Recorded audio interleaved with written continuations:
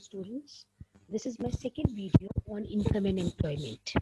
In the first video, we had studied about AD and AS, the graphical representation and what does it denote. Now, as you all know, we had studied that AD is equal to C plus I, where C was the consumption. Now, in the second video, I'm starting with the consumption function. What actually is the consumption function? Consumption function is the propensity to consume. Propensity का मतलब होता है how you do your consumption. Propensity कैसे change आता है? अगर आपकी income में change आ रहा है Y, level of income जब Y change होगी तो आपका consumption भी change होगा. ठीक है? अब इसके लिए हम एक डेटा लेकर के चलते हैं जिसे हम कहते हैं कंजम्पशन फंक्शन डेटा. ये आपकी इनकम के डिफरेंट लेवल्स दी हुई है, 0, 100, 200. सेम वही डेटा जो मैंने फर्स्ट वीडियो में लिया था, through out income and employment में सेम डेटा से एक्सप्लेन करूंगी. अब ये आपके डिफरेंट लेवल्स ऑफ इनकम है और ये आपके डिफरेंट लेवल ऑफ कंजम्पशन है. You can check it is the same data. अब जब हम इस डेटा को जब हम जो है ग्राफिकली रिप्रेजेंट करेंगे तो हम क्या देखते हैं कि ये आपका एग्रीगेट सप्लाई वाई आ रहा है, ये आपका कंजम्पशन आ रहा है. क्या रिलेशनशिप अब इसमें क्या आती है ये पढ़िए. इसमें क्या है, as the income increases consumption expenditure also increases. Obvious है इनकम बढ़ेगी तो आपका कंजम्पशन बढ़ता ही है. दूसरी चीज क्या है, जब आपका जीरो लेवल ऑफ इनकम होती है उस टाइम भी आपका थोड़ा कंजम्पशन होता है जिसको हम कहते हैं ऑटोनॉमस कंजम्पशन. ठीक है. तीसरी चीज होती है जिसको हम कहते हैं कीन साइकोलॉजिकल लॉ ऑफ कंजम्पशन. उसमें क्या है, जब हमारी इनकम बढ़ती है तो हमारा कंजम्पशन भी बढ़ता है, but the consumption increases at a lower proportion when compared to the increase in income. जब हमारी इनकम बढ़ेगी हमारा कंजम्पशन भी बढ़ेगा, लेकिन हमारा कंजम्पशन का जो इंक्रीज है वो हमेशा इनकम के इंक्रीज से कम रहेगा. This is what is called as the Keynes psychological law of consumption. क्या होता है, जैसे जैसे हमारी इनकम बढ़ती है तो हम थोड़ा सेव करना शुरू कर देते हैं, तो रेट ऑफ कंजम्पशन जो है वो रेट ऑफ इंक्रीजिंग इनकम से कम होता है. ठीक है.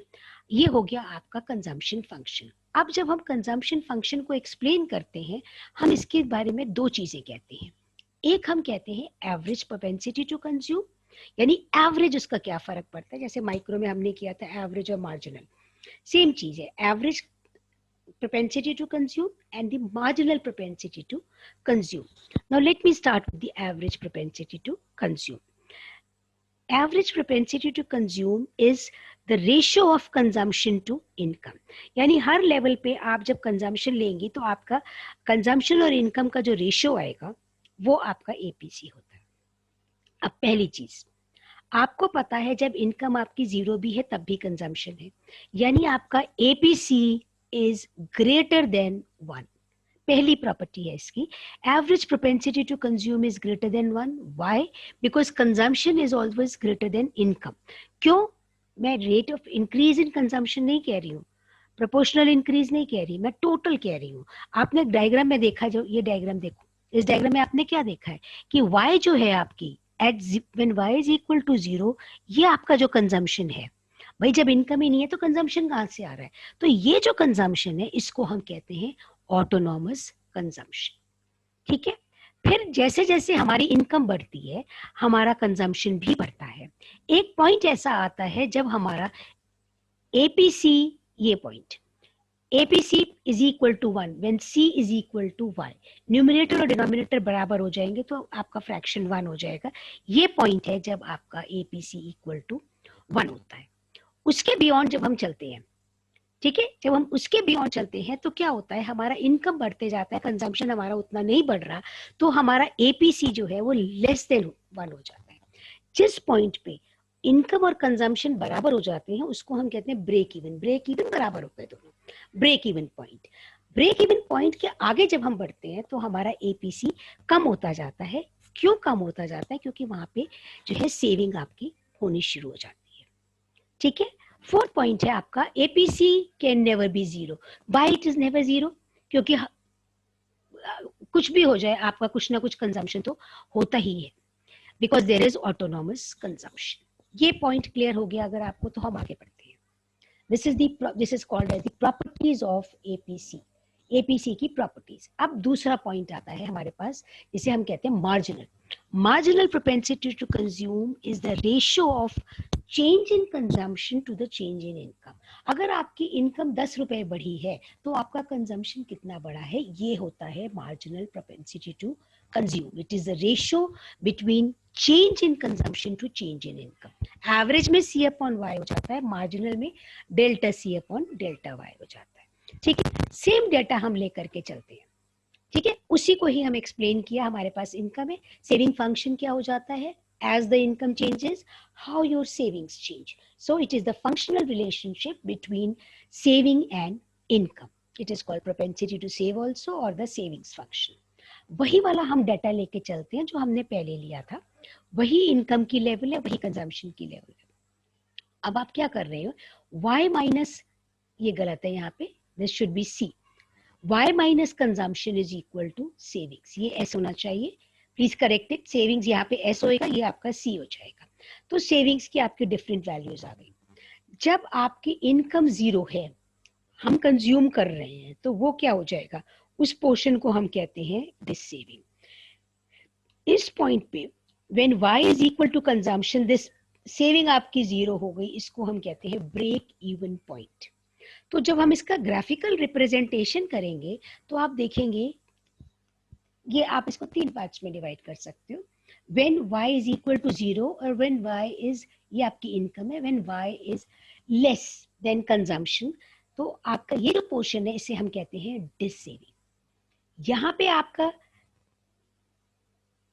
इक्वल हो जाता है, यहाँ पे सेविंग इक्वल टू 0 हो जाती है। सेविंग इक्वल टू 0 मतलब क्या हुआ, ये सारी की सारी इनकम जो है वो आपकी कंज्यूम हो रही है, तो ये आपका ब्रेक इवन पॉइंट है। और इसके बियॉन्ड जब हमारी इनकम बढ़ती है तो हमारा सेविंग्स कर्व जो है अपवर्ड जाता है। अपवर्ड सेविंग कर्व का क्या मतलब हुआ, अपवर्ड सेविंग कर्व का मतलब हुआ as the income increases savings increase. अब आ जाओ इसके पैरामीटर्स पे।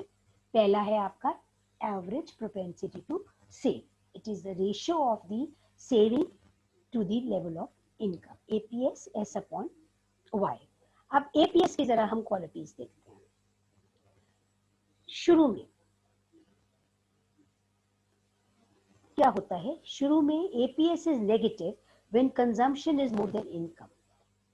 ये अगर आप सीसी कर्व वाला देखें, ये डायग्राम देखें जो हमने किया था, ये देखो इस डायग्राम में, यहाँ पे ये आपकी इनकम है, यानी ये जो सारा पोर्शन है, your consumption is greater than income, this portion your consumption is greater than income, ये पोर्शन जो है आपका consumption is greater than income।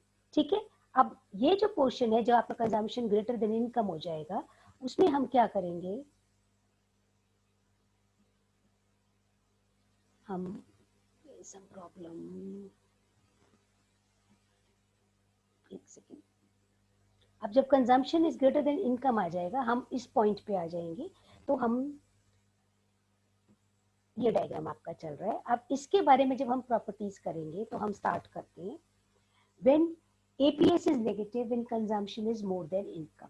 Consumption is more than income कब तक रहेगा, जब तक आपका जो है consumption curve is higher than your income curve, तो ये एपीएस नेगेटिव हो जाएगा।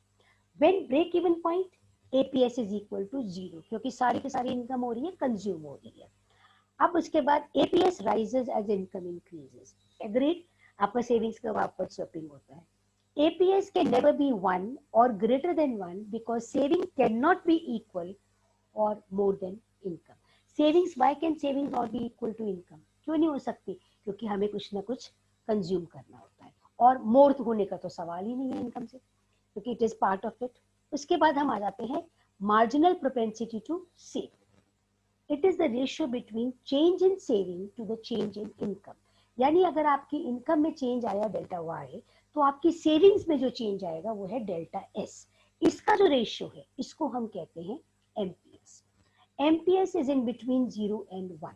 वाई, पहली चीज, if the entire income is saved, यानी आपने सारा का सारा सेव कर लिया, कंजम्पशन आपका 0 है, एमपीएस इज इक्वल टू 0। अब क्या ये पॉसिबल है कि आप सारा का सारा सेव कर लो, कंज्यूम नहीं करो?